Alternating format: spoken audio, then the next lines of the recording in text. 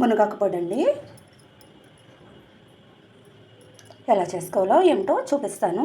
కావాల్సిన ఇంగ్రీడియంట్స్ ఇవన్నీ కూడా నోట్ చేసుకోండి, బాగా గమనించండి, స్కిప్ చేయొద్దు. స్కిప్ చేస్తే తెలీదు. ఇది చూపిస్తానండి ఎలాగో ఏమిటో. హాయ్ అండి, హలో, గుడ్ ఈవినింగ్ అండి. అందరూ ఎలా ఉన్నారు, బాగున్నారా? ఇప్పుడైతే మునగాకు పొడి తయారు చేసి చూపిస్తాను.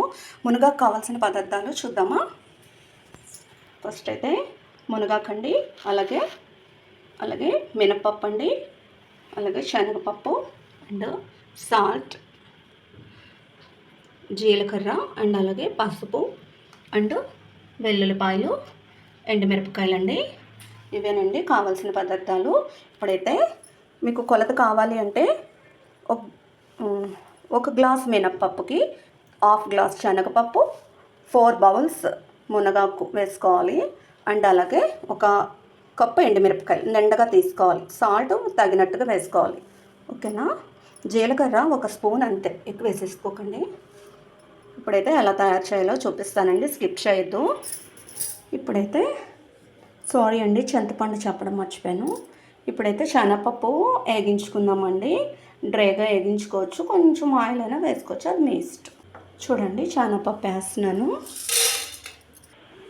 చూడండి ఇక్కడ శనగపప్పు కొంచెం వేగింది కదా, ఇలాంటప్పుడు మనం మినపప్పు వేసుకుందామండి. 2 కలిపి వేగించుకుందాం, బ్రౌన్ కలర్ రావాలి.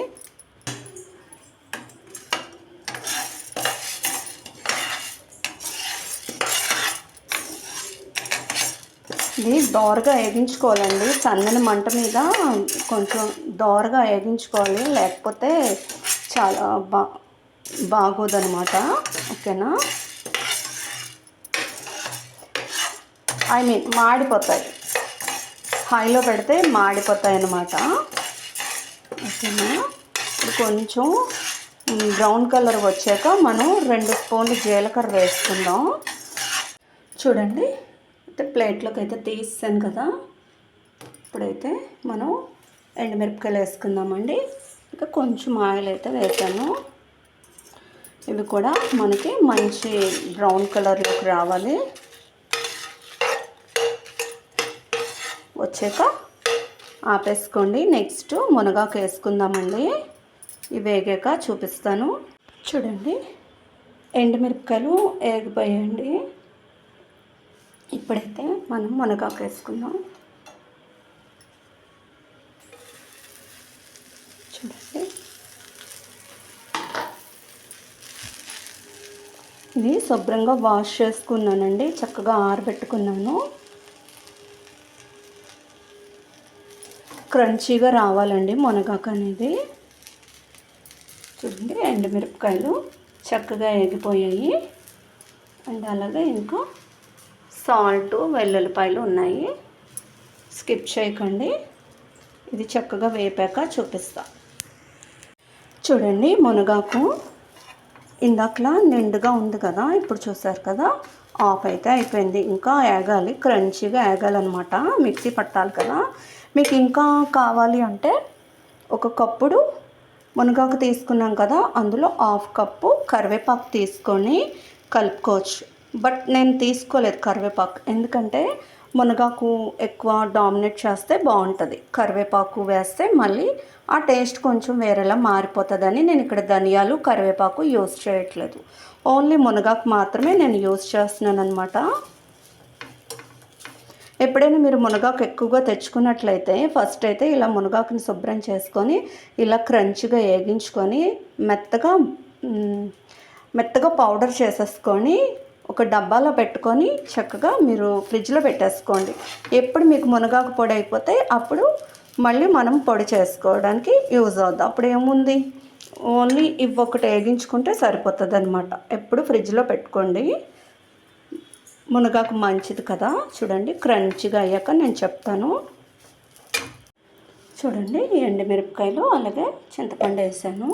ఇప్పుడైతే మినపప్పు, జీలకర్ర అలాగే శనగపప్పు ఇవి కూడా వేస్తానండి. మిక్సీ పట్టుతాను ఫస్ట్ మెత్తగా, అప్పుడు మునగాకు వేసుకుందాం. చూడండి ఇవైతే మిక్సీ పట్టేశాను. ఇప్పుడైతే మునగాకు వేసుకుందాము.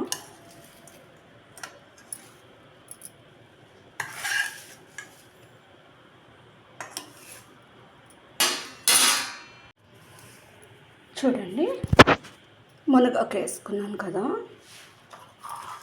ఇప్పుడు కొంచెం వెల్లుల్లిపాయలు అండ్ అలాగే కొంచెం పసుపు,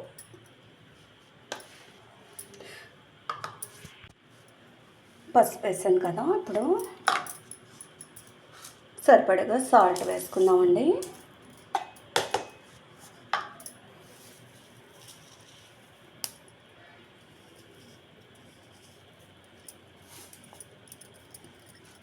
ఇప్పుడు మెత్తగా ఆడి చూపిస్తాను. చూడండి, అయిపోయింది.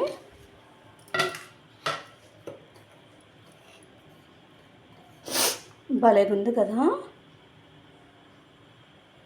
భలే పొడి పొడిలాడుతుంది, చూసారు కదా. ఇది చక్కగా మనం ఒక బాక్స్లోకి తీసుకుంటే ఇంచుమించుగా 1 మంత్ వచ్చేస్తుందండి. ఇడ్లీలోకి, రైస్లోకి చాలా అంటే చాలా బాగుంటుంది. ఇది వేసుకోండి, ఇలా చేసుకోండి. మీ ఇంట్లో వాళ్ళందరూ వావ్ అంటారు. నచ్చితే లైక్ చేయండి, సబ్స్క్రైబ్ చేయండి.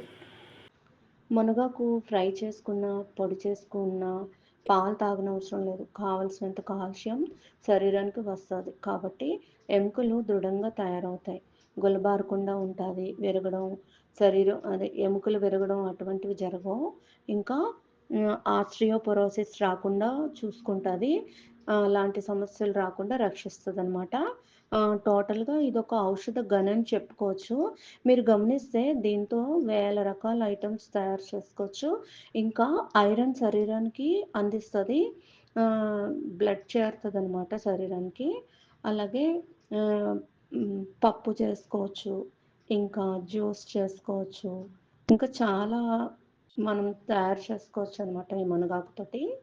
అందుచేత అందరూ ఈ మునగాకుని తెచ్చుకొని పొడి లేదా కూర ఏదో ఒక రూపంలో తీసుకుంటారని అనుకుంటున్నాను. Thank you.